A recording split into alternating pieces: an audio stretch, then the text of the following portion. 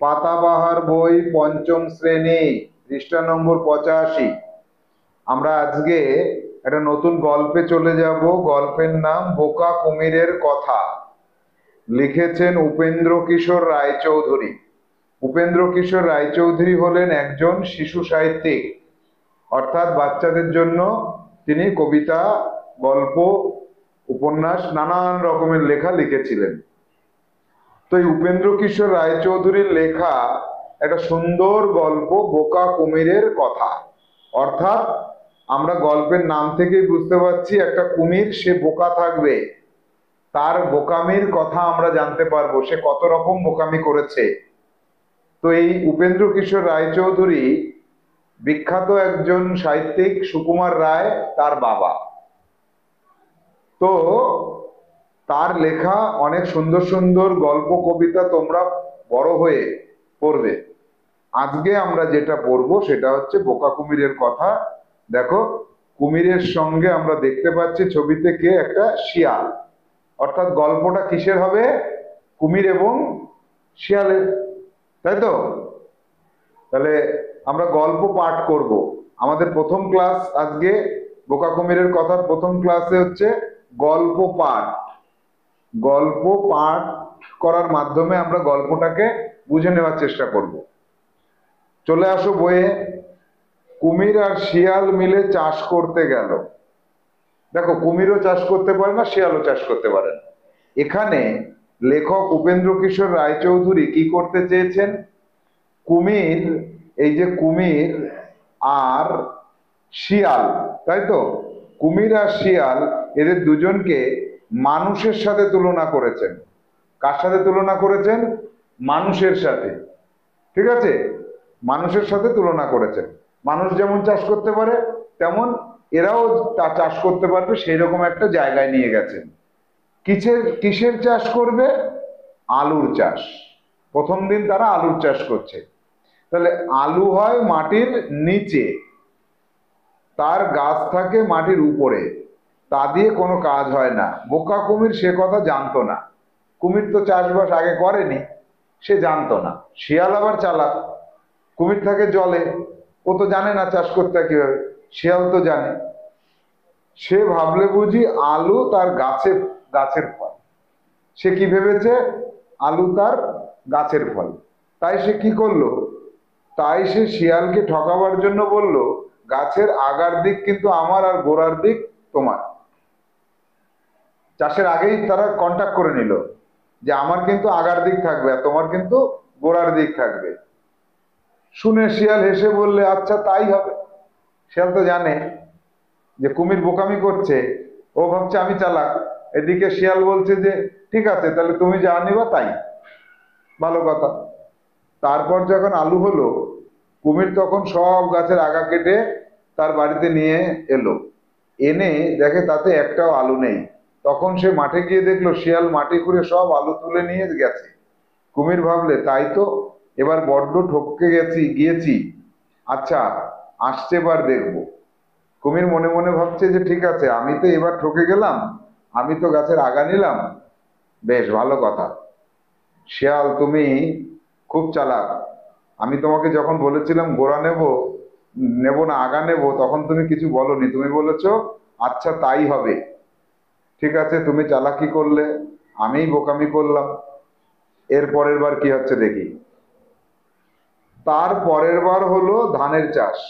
এবারে কুমির মনে ভাবছে আর কিছুতেই ঠকতে যাবে না।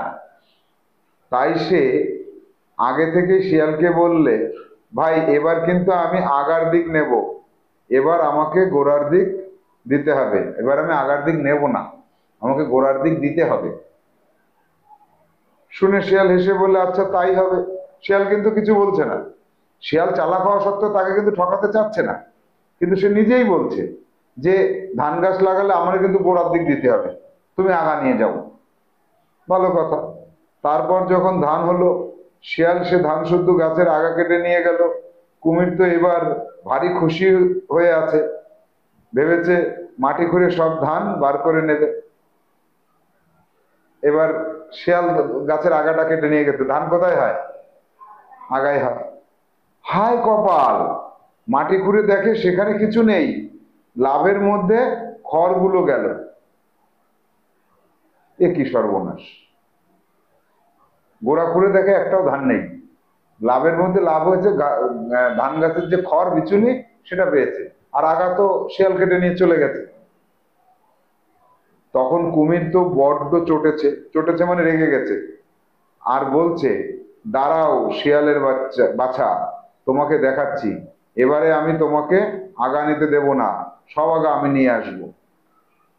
এবার হচ্ছে এবার আমি ঠকে গেছি, এবার আমি গোড়াটা নিয়ে ঠকে গেছি, আগায় তুমি ধান পেয়েছো তো, এবার আমি তোমার আর আগা দেব না, এবার আমি অন্য প্ল্যান করেছি। দেখা যাক পরের বার কি হলো। সেবার হলো আখের চাষ। এবার কিন্তু আখের চাষ হয়েছে। কুমির তো আগেই বলেছে এবার সে আর আগা না নিয়ে ছাড়বে না, কাজেই শিয়াল তাকে আগাগুলো দিয়ে নিজে আখগুলো নিয়ে ঘরে বসে মজা করে খেতে লাগলো। এবার আখের ক্ষেত্রে কি হয়, আগায় কিছু হয় না, গোড়াটাই হচ্ছে আখ। কুমির আগা কেটে নিয়ে চলে গেছে, আর শিয়াল মজা করে করে গোড়ার আখ চিবোচ্ছে আর রস খাচ্ছে, মিষ্টি মিষ্টি রস। কুমির আখের আগা ঘরে এনে চিবিয়ে দেখলো খালি নোনতা, তাতে একটু মিষ্টি নেই। তখন সে রাগ করে আগাগুলো সব ফেলে দিয়ে শিয়ালকে বলল, না ভাই, তোমার সঙ্গে আমি চাষ করতে যাব না, তুমি বড্ড ঠকাও। গল্পটা এখানে শেষ হয়ে গেল। দেখো, ছোট্ট একটা গল্প। এই যে ছোট্ট গল্পটা আমরা পাঠ করলাম, এই গল্প থেকে আমরা কি কি শিখলাম? কি শিখলাম? আমরা দেখলাম দুটো চরিত্র, কুমির এবং শিয়াল। শিয়াল কিন্তু একবারও কিছু বলেনি যে আমি আগা নেব না আমি গোড়া নেব। সে কিন্তু বুদ্ধিমান, সে কিন্তু চালাক, তারপরেও কিন্তু সে কুমিরকে ঠকাতে যায়নি। আর কুমির কি, কুমিরের 1 নম্বর চরিত্র হচ্ছে কি কি চাষ করলো, প্রথমে আলু চাষ করলো, তাই তো, তারপরে কি চাষ করলো, ধান চাষ করলো, তারপরে কি চাষ করলো, আখ চাষ করলো। অর্থাৎ 3বার সে চাষ করলো। প্রথমবারের থেকেই তার মনের মধ্যে একটা চিন্তা ভাবনা, সেটা হচ্ছে শিয়ালকে ঠকাবো। তাহলে প্রথমবারের থেকেই তার চিন্তা ভাবনা কি ছিল? প্রথম থেকেই তার চিন্তা ভাবনা ছিল, সে 1 নম্বর চিন্তা হচ্ছে সে শিয়ালকে ঠকাবে। কাউকে যদি তুমি ঠকানোর চিন্তা ভাবনা করো, তাহলে তুমি কি করবে? নিজেই ঠকে যাবে। 1 নম্বর শিক্ষা। কখনো কাউকে ঠকানোর চিন্তা ভাবনা নিয়ে কোনো কাজ শুরু করলে সর্বপ্রথমে কি হবে জানো তো? তুমি নিজেই ঠকে যাবে। সেখান থেকে যদি তুমি শিক্ষা না নাও, পরের বারও যদি কাউকে ঠকাতে যাও, তাহলেও তুমি ঠকে যাবে। তাতেও যদি তোমার শিক্ষা না হয়, 3বারের বার তুমি যদি তাকে ঠকাতে যাও, তাতেও তুমি ঠকে যাবে। আর একই ভুল 3বার করা মানে তার সঙ্গে আর কোনো রকম কোনো কম্প্রোমাইজ করা যাবে না, তার সাথে সমঝোতায় আসা যাবে না। একই ভুল বারবার যে করে সে অপরাধী হয়ে যায়। তাহলে কুমির এখানে নিজে বোকা, নিজের বোকামিতে সে অন্যকে, চালাককে বোকা ভেবে ঠকাতে গেছে, তাই সে নিজে ঠকেছে।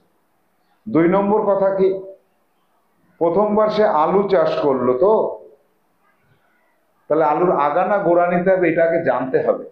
কাউকে ঠকাতে গেলে আগে সেই বিষয়ে সঠিক ধারণা থাকতে হবে। সঠিক ধারণা না নিয়ে কোনো কাজ করা উচিত নয়। তাহলে এই গল্প থেকে আমরা কি কি শিখলাম? 1 নম্বর শিখলাম, সঠিক ধারণা না থাকলে কোনো কাজ করা ঠিক নয়। 2 নম্বর হচ্ছে, কাউকে যদি ঠকানোর মানসিকতা নিয়ে তুমি প্রথম থেকে এগোও, তাহলে তুমি নিজে ঠকবে, অন্যকে তুমি ঠকাতে পারবে না। এই হচ্ছে দুটো শিক্ষা আমরা পেলাম। তাহলে এই গল্পটা তুমি 3বার রিডিং পড়বে, বাড়িতে গার্জিয়ান শুনবে, তারপরে আমি বলবো যে হ্যাঁ তোমার পড়া হয়েছে। 2 নম্বর হচ্ছে একটা প্রশ্ন। 1 নম্বর SW হচ্ছে 3বার পড়বে, 2 নম্বর SW হচ্ছে একটা প্রশ্ন থাকবে যে এই গল্প থেকে, এই গল্প থেকে দুটি মহান শিক্ষা আমরা পাই। আমরা পাই কি কি সেই শিক্ষা? সেই শিক্ষা কি কি? এইটা প্রশ্নের উত্তরটা লিখে আমাকে দেখাতে হবে। তাহলে আজকের মতো ক্লাস এখানে শেষ করছি। আগামী দিনে আমরা প্রশ্নে চলে যাব। টাটা।